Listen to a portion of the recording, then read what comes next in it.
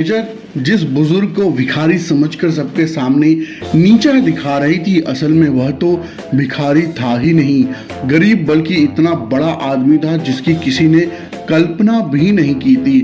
और जब उसकी सच्चाई सामने आई तो ऐसा हुआ कि पूरे होटल के होश उड़ गए। सुबह के ठीक 11 बजे शहर के सबसे बड़े 5 सितारा होटल में एक बुजुर्ग आए। बुजुर्ग साधारण कपड़े पहने हुए होटल की ओर बढ़ रहे थे। नाम था राम प्रसाद। उनके हाथ में एक पुराना सा झोला था, लेकिन जैसे ही वह होटल के गेट पर पहुंचे, गार्ड के माथे पर तुरंत शिकन आ गई। गार्ड ने सामने आकर रास्ता रोकते हुए कहा, बाबा आप यहाँ कहाँ आ गए? क्या काम है यहाँ आपका? राम प्रसाद ने हल्की सी मुस्कान के साथ कहा, बेटा मेरी यहाँ बुकिंग है, बस उसी के बारे में पूछना था। गार्ड ने हंसते हुए अपनी साथी से कहा, अरे देखो बाबा कह रहे हैं इनकी यहाँ बुकिंग है। फिर उसने राम प्रसाद से कहा, बाबा देखो आपसे जरूर कोई गलती हुई है, शायद आपको किसी ने गलत पता दे दिया, क्योंकि यह होटल बहुत लग्जरी है, बड़े बड़े बाबू लोग आते हैं, यहाँ कोई आम आदमी इसको अफोर्ड नहीं कर सकता। इतने में होटल की रिसेप्शनिस्ट राधा कपूर ने यह बातचीत सुन ली। उसने अपनी नजरें राम प्रसाद पर डाली, सिर से पांव तक उन्हें देखा और होठों पर एक हल्की सी मुस्कान लेकर आई। वह मुस्कान स्वागत की नहीं बल्कि ताने और उपेक्षा की थी। राधा ने कहा, बाबा मुझे नहीं लगता कि आपकी कोई बुकिंग इस होटल में होगी, यह होटल बहुत महंगा है, शायद आप गलत जगह आ गए। राम प्रसाद ने उसी जगह सहजता से जवाब दिया, बेटी एक बार चेक तो कर लो, शायद मेरी बुकिंग यही हो। राधा ने लापरवाही से कंधे उचकाए और कहा, ठीक है बाबा इसमें समय लगेगा, आप वेटिंग एरिया में जाकर बैठ जाइए। राम प्रसाद धीरे धीरे वेटिंग एरिया की ओर बढ़े। लॉबी में मौजूद कई गेस्ट उन्हें अजीब नजरों से घूर रहे थे। किसी ने धीरे से कहा, लगता है मुफ्त का खाना खाने आया है कोई, और कोई बोला इसकी तो औकात भी नहीं है यहाँ का एक गिलास पानी भी खरीद सके। राम प्रसाद ये सब सुनकर भी चुप रहे। वह कोने में रखी एक कुर्सी पर बैठ गए, झोला जमीन पर रखा और दोनों हाथ छड़ी पर टिकाकर खामोश रहे। लॉबी का माहौल अजीब हो चुका था।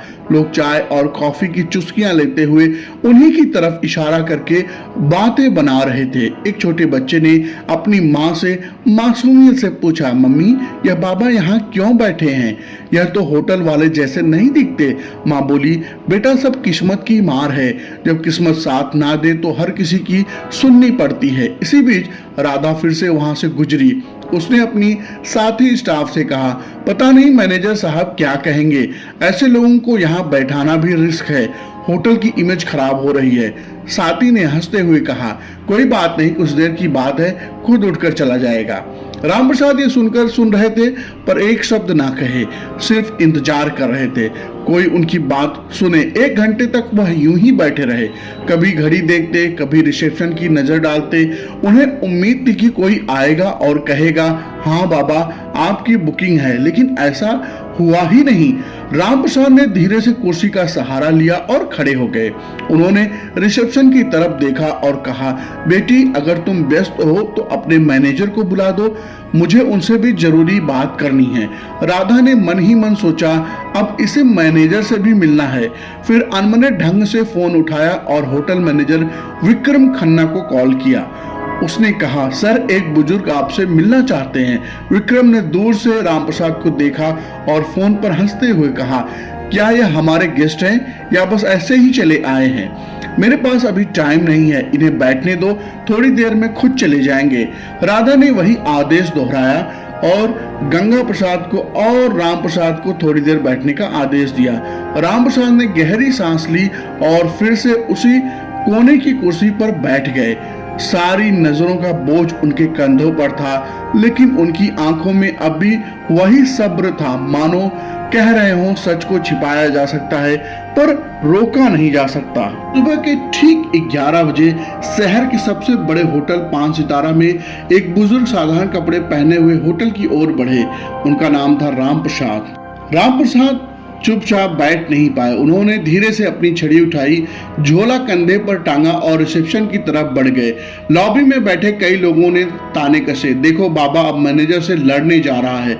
रिसेप्शन पर खड़ी राधा कपूर ने उन्हें आते देखा। उसने झुंझला कर कहा, बाबा आपको कहा था ना इंतजार कीजिए, मैनेजर अभी बिजी हैं। रामप्रसाद ने उसकी ओर देखा और नरम आवाज में बोले, बेटी बहुत इंतजार कर लिया, अब मैं खुद ही उनसे बात कर लूंगा। इतना कहकर रामप्रसाद सीधा मैनेजर विक्रम खन्ना के केबिन की ओर बढ़े। लॉबी में खामोशी छा गई, सबकी नजरें उसी तरफ टिक गई। हर कोई देखना चाहता था कि आगे क्या होने वाला है। जैसे ही रामप्रसाद ने केबिन का दरवाजा खोला, विक्रम अपनी घूमने वाली कुर्सी पर अकड़ के साथ बैठा था। उसने भाव चढ़ाते हुए कहा, हाँ बाबा बताइए, इतना शोर क्यों मचा रखा है, क्या काम है आपको? रामप्रसाद ने धीरे से झोला खोला और उसके अंदर से एक लिफाफा निकाला। उसे आगे बढ़ाते हुए बोले, यह मेरी बुकिंग है और होटल से जुड़ी कुछ डिटेल है, कृपया एक बार देख लीजिए। विक्रम ने हंसते हुए लिफाफा हाथ में लिया, लेकिन खोले बिना ही टेबल पर पटक दिया। उनकी हंसी में अहंकार साफ झलक रहा था। उसने कहा, बाबा जब किसी इंसान की जेब में पैसे नहीं होते तो उसे बुकिंग जैसी बड़ी बड़ी बातें करने वाला बिल्कुल बेकार लगता है। मुझे आपके जैसे लोगों की शक्ल देखकर ही पता चल जाता है कि आपके पास कुछ नहीं है। यह होटल आपके बस का नहीं है, बेहतर होगा आप यहाँ से चले जाइए। रामप्रसाद ने उसकी आंखों में देखा। उसकी आवाज अब गहरी और गंभीर हो चुकी थी। उन्होंने कहा, बेटा बिना देखे कैसे तय कर लिया? एक बार इन कागज को तो देख लो, सच्चाई अक्सर वैसी नहीं होती जैसी वो दिखती है। विक्रम कुर्सी पर पीछे झुक गया और जोर से हंसते हुए बोला, बाबा मुझे किसी कागज को देखने की जरूरत नहीं, मैं सालों से इस होटल को संभाल रहा हूँ। लोगों की शक्ल देखकर ही पहचान लेता हूँ कि किसकी क्या औकात है। आपकी शक्ल कहती है कि आपके पास कुछ भी नहीं है। यह सुनकर लॉबी में बैठे कुछ गेस्ट हंसने लगे। रामप्रसाद ने गहरी सांस ली, लिफाफा टेबल पर रखा और शांत स्वर में बोले, ठीक है, जब तुम्हें यकीन नहीं है तो मैं चला जाता हूँ, लेकिन याद रखना जो तुमने आज किया है उसका नतीजा तुम्हें भुगतना पड़ेगा। इतना कहकर उन्होंने दरवाजे की ओर कदम बढ़ाए। पीछे बैठे गेस्ट फिर फुसफुसाए, वाह मैनेजर ने सही किया, ऐसे लोगों को यहाँ सबक मिलना चाहिए। रामप्रसाद होटल से बाहर निकल गए। उनकी धीमी चाल और झुकी हुई कमर पूरे स्टाफ के बीच एक अजीब सा सन्नाटा छोड़ दिया। लेकिन विक्रम अपनी कुर्सी पर बैठा मुस्कुराता रहा। उसके चेहरे पर गर्व और तिरस्कार का मिला जुला भाव था। इसी बीच बेल बॉय अर्जुन शर्मा उस लिफाफे की तरफ बढ़ा। उसने धीरे से उठाया और चुपचाप अपने सर्वर कंप्यूटर की ओर चला गया। कंप्यूटर स्क्रीन पर उसने लॉगिन किया और फाइलें खोलना चालू कर दिया। लिफाफे में लिखी डिटेल के आधार पर उसने होटल का पुराना रिकॉर्ड खंगाला। कुछ ही देर में उसकी आंखें चौड़ी हो गई। स्क्रीन पर जो जानकारी थी उसने अर्जुन को हिला करके रख दिया। रिकॉर्ड में साफ लिखा था, रामप्रसाद होटल के 65% शेयर होल्डर और संस्थापक सदस्य हैं। अर्जुन की सांसें तेज हो गईं। उसने फौरन प्रिंटर से रिपोर्ट निकाली। कागज हाथ में लिए वह भागता हुआ मैनेजर के केबिन में पहुंचा। अंदर विक्रम अभी भी किसी क्लाइंट से फोन पर बात कर रहा था। अर्जुन ने धीरे से कहा, सर यह रिपोर्ट देखिए, यह वही बुजुर्ग हैं जो यहाँ आए थे, यह हमारे होटल के असली मालिक हैं। विक्रम ने फोन रखते हुए अर्जुन की तरफ देखा और भौहें चढ़ा ली। अर्जुन तुम्हें कितनी बार कहा है, मुझे ऐसे लोगों की रिपोर्ट्स में दिलचस्पी नहीं है, यह सब फालतू बातें हैं। अर्जुन ने फिर कोशिश की, लेकिन सर यह रिपोर्ट साफ बताती है कि रामप्रसाद हमारे होटल के मालिक हैं। अगर हमसे कोई गलती हो गई है तो विक्रम ने बीच में बात काट दी। उसने रिपोर्ट को अपनी तरफ सरका कर देखा, फिर बिना पढ़े ही उसे वापस अर्जुन की ओर धकेल दिया। उसकी आवाज में अहंकार पहले से और ज्यादा था। उसने कहा, मुझे यह सब बकवास नहीं चाहिए। तुम्हें मैंने कहा है ना, अपना काम करो। यह होटल मेरी मैनेजमेंट स्किल से चलता है, किसी पुराने बाबा की दान दक्षिणा से नहीं। अर्जुन हैरान रह गया। उसके चेहरे पर गहरी बेचैनी थी। वह रिपोर्ट हाथ में लेकर वापस निकल गया। लॉबी में जाते ही उसने गंगा या रामप्रसाद को याद किया। उसकी आंखें गहराई, उनका धैर्य। उसे लगा यह मामला अब सिर्फ होटल तक सीमित नहीं रहेगा, यह इंसानियत की परीक्षा है। धीरे धीरे शाम होने लगी, गेस्ट अपने कमरे में चले गए, स्टाफ अपने काम में लग गया, लेकिन अर्जुन के दिल में हलचल बढ़ती गई। उसे यकीन था कल का दिन इस होटल की तस्वीर बदल देगा। अगली सुबह का नजारा बिल्कुल अलग था। होटल के हर कोने में हलचल थी, स्टाफ आपस में धीरे धीरे फुसफुसा रहे थे। किसी ने कहा, कल जो बाबा आए थे शायद उनके बारे में कोई बड़ी बात है। दूसरे ने जवाब दिया, हाँ सुना है वह होटल के बड़े शेयर होल्डर हैं। यह खबर धीरे धीरे पूरे होटल में फैल चुकी थी, लेकिन किसी को अब भी भरोसा नहीं हो रहा था। सबके मन में सवाल था, क्या सच में वह बुजुर्ग इस आलीशान होटल के मालिक हैं? 10:30 पर लॉबी का माहौल अचानक बदल गया। होटल के मुख्य द्वार से वही साधारण कपड़े पहने बुजुर्ग राम प्रसाद अंदर आए, लेकिन इस बार वह अकेले नहीं थे। उनके साथ एक सूट बूट पहना अधिकारी, जिनके हाथ में काले रंग का ब्रीफकेस था। सभी की नजरें एक ही पल में उसी दिशा में टिक गई। गार्ड, रिसेप्शनिस्ट, वेटर सब सन्नाटे में खड़े रहे। कल जिन्हें सबने अनदेखा किया, आज वही शख्स होटल में किसी सम्राट की तरह अंदर आ रहा था। राम प्रसाद ने धीरे हाथ से इशारा किया, मैनेजर को बुलाओ। आवाज में अब कोई नरमी नहीं थी, बल्कि एक आदेश की कठोरता थी। थोड़ी ही देर में विक्रम खन्ना बाहर आया। उसके चेहरे पर हल्की घबराहट थी, लेकिन अहंकार अभी भी था। वह आधा मुस्कुराते हुए बोला, जी बोलिए बाबा, आज फिर आ गए?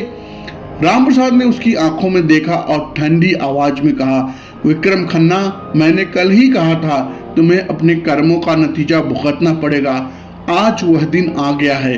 विक्रम सकबका गया। उसने हंसी में बात टालने की कोशिश की, लेकिन राम प्रसाद के साथ आए अधिकारी ने ब्रीफकेस खोला, उसमें से मोटी फाइल निकाली और सबके सामने टेबल पर रख दी। उसने जोर से कहा, यह डॉक्यूमेंट साफ बताते हैं इस होटल के 65% शेयर राम प्रसाद के हैं। आप असल में वही मालिक हैं। पूरा स्टाफ सन्न रह गया। राधा कपूर के हाथ कांपने लगे। लॉबी में मौजूद गेस्ट्स ने एक दूसरे को देखा और फिर बोला, यह तो सच में मालिक है, हमसे कितनी बड़ी भूल हो गई।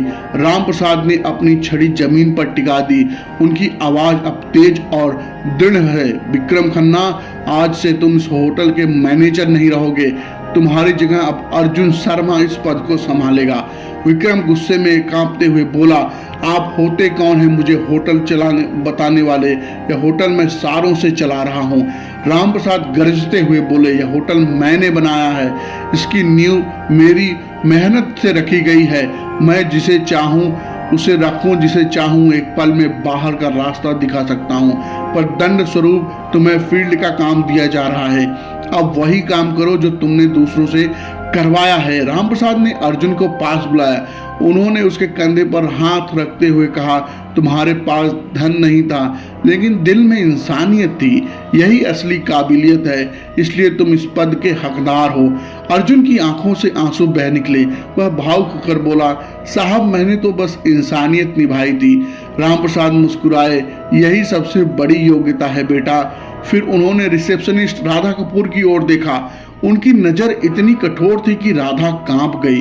राम प्रसाद बोले, राधा, तुम्हारी यह गलती पहली है, इसलिए तुम्हें मैं माफ करता हूँ, लेकिन याद रखना इस होटल में कभी किसी को उसके कपड़ों से मत आंकना। राधा ने हाथ जोड़ लिए और रोते हुए कहा, मुझे माफ कर दीजिए, आगे से ऐसा मैं कभी नहीं करूंगी। राम प्रसाद ने चारों तरफ देखा और ऊंची आवाज में कहा, सुन लो सब लोग, यह होटल सिर्फ अमीरों का नहीं, यहाँ इंसानियत ही असली पहचान होगी। जो भी अमीर गरीब का फर्क करेगा वह इस जगह पर रहने लायक नहीं होगा। लॉबी में मौजूद गेस्ट ने जोरदार तालियां बजाई। हर कोई राम प्रसाद को सम्मान की नजरों से देख रहा था। जो कल तक उन्हें तुच्छ समझ रहे थे, आज वही उनके आगे झुक गए। राम प्रसाद ने अंत में कहा, असली अमीरी पैसे में नहीं, सोच में होती है। अगर सोच बड़ी हो तो इंसान खुद ही बड़ा बन जाता है। इतना कहकर वह अधिकारी के साथ होटल से बाहर निकल गए।